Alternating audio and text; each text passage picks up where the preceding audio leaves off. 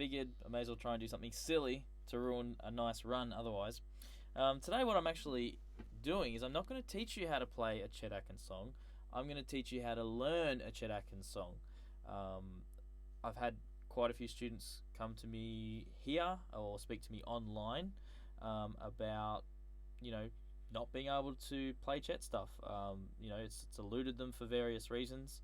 What I'm going to do today is show you the method that I think will almost guarantee that if you dedicate yourself, you'll be able to do it.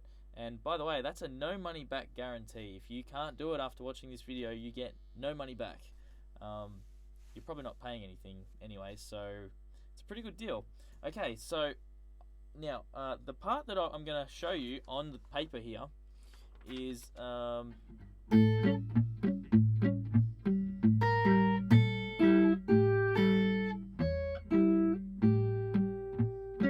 just those first 3 bars. I mean, really, it's not important. What's important is how you analyze and break down the sheet music, and that's what I'm talking about, is learning it with the sheet music, not by ear. That's another thing altogether. So I'm going to put the guitar down because I don't actually need it, believe it or not. Alright. I don't take it personally, I just don't need you now. Anyway, here we go. So, first thing I'm going to do is show you that little section that I was just talking about up close. This is really challenging to do because the camera kind of does everything in opposites. Okay, alright. Now, most guitar players I know think of Chet stuff as a bass line and a melody, which it is when you're listening to it, but when you're learning it, this is the best way to do it. Instead of thinking, I'm going to point at the tab here. I'm going to try to. Oh, this is really tricky. Okay. Here we go. Now I hope you can see that clearly. You'll notice, where's the ruler? Here we go. Alright, so most guitar players think of the bass line going across the bottom there and the melody going across the top. Sorry, I know that's shaky. I probably need some food or coffee or something.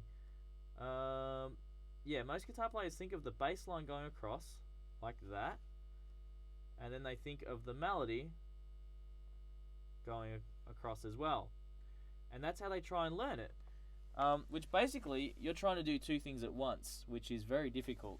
What I recommend is breaking a piece like this, or break the piece of music. I'm sure you can do that. Okay, I would recommend this. Now, if there's any guitar player out there that wants to play Chet stuff and you can't play that one single note on its own, you're in trouble. So what I've done is I've broken up this beat into 8th notes, because if you look at the notation at the top, we have an 8th note there. So I've cut that off. First thing you'll do is hit the 5th string open, and then you'll hit that 6.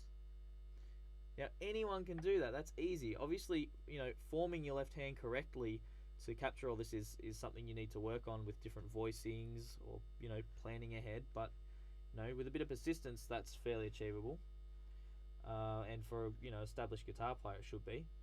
But it's the perception of doing a bass line and a melody, when what I'm showing you here is to not do that, but to simply just break it down. Now I've just slid the ruler across again, and now we're grabbing the 6 and the 5 at the same time. So I'm treating this in terms of time frame. What are we doing in the first half of the first beat? What are we doing in the second half? What are we doing on the second beat? What are we doing on the third beat? And voila, what are we doing on the 4th beat? Okay, so we're grabbing those 2.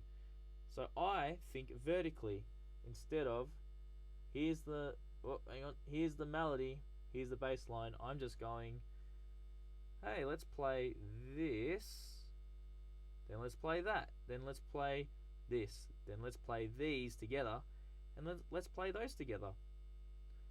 So that is how I put together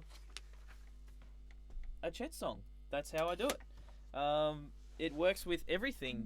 I recently did a pretty rugged version of Hugh Laurie's Swanee River, which is piano.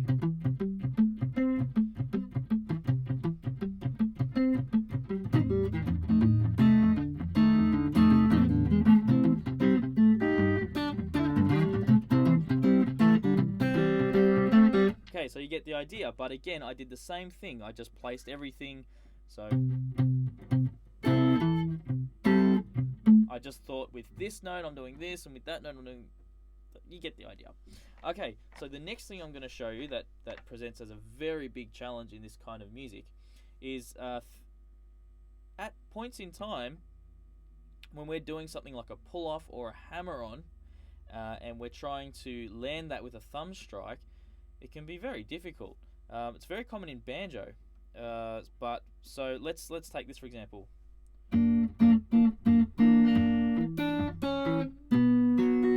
Oh.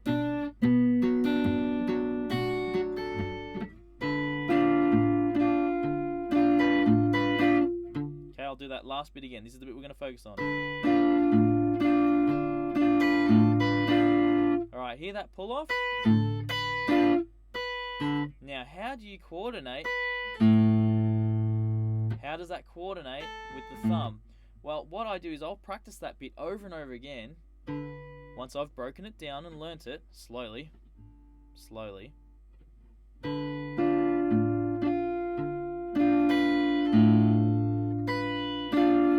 Okay, that's something that gets a lot of guitar players. Check this out, I've actually done the same thing here. Oh, hang on. Up.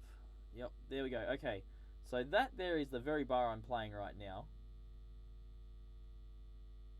So you can see the 7 is pulled off to the 5, and as we hit that 5, where's my finger? Other side. Okay, hang on. Alright. As we hit the 5 there, our thumb, well, as we hit the 7, as we release that to the 5, your thumb strikes that. So what you do, you associate that strike with that pull off at the same time, but you make sure obviously you're picking that 7 in between the 1 and the 2. So 1 and then you pull off as you strike at that 0. So what that means on the guitar, check this out. Oh, this is tricky. I'm not going to be able to fit in both. Hang on. Alright.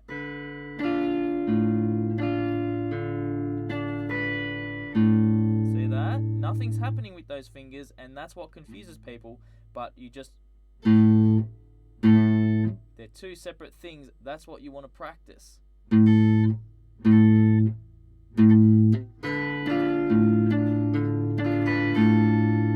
Okay?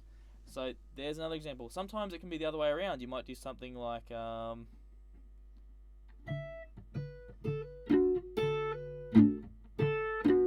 yeah, so it might be like a hammer-on where you're going... and the fingers aren't doing anything at that point, but these fingers aren't, but...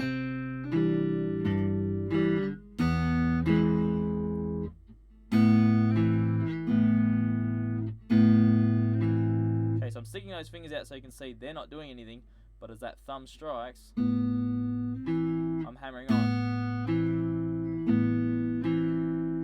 Okay, so that is what I would call association. You associate the hammer-on with that thumb strike, and whenever you've got two things happening seemingly, you know, completely individual, if you link them together, and yeah. So another example is I do a version of Don't Stop Believing.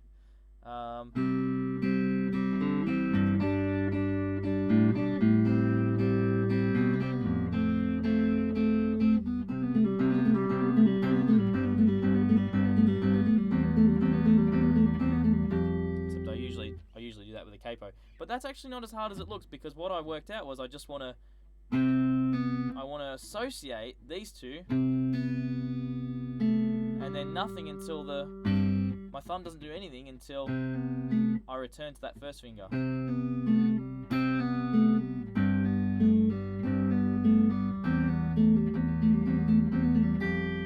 Alright, so the two main things that I want you to get out of this little chat is basically associate things that are difficult. You know, what's my thumb doing while my left hand does something? Association. The other thing is break your pieces up vertically. Okay? Vertically. don't think about them as don't think in terms of so you can see that's divided up into eighth notes. Don't think of it in terms of a melody and a bass line. Just think of it in terms of, well, learn the first thing I've broken up, add the second eighth, the third eighth or third beat, and just add it bit by bit, because then you break each section down into something very achievable. So big shout out to Brian from the UK, and thanks for the cool pictures of that vintage Maiden. That's awesome. Big shout out to Brian for thanking me for the videos and asking me to do something like this. It was a really good idea, and I hope that you're getting something out of it. And also Dale, who suggested the same thing. I had a guy come in on Saturday who was having trouble with a few things, and this is the sort of stuff we did, and he loved it, and I think he thought, yeah, this sort of video is a really good idea. So if you're having trouble with Chet stuff, I hope you've got something out of this, and I'll just make something up to prove that in the long term you will get full independence out of it if you learn enough pieces, even by doing it vertically instead of trying to do bass lines and melodies. This is what I've done, and here we go. I'm going to make something up. I remember turning that down.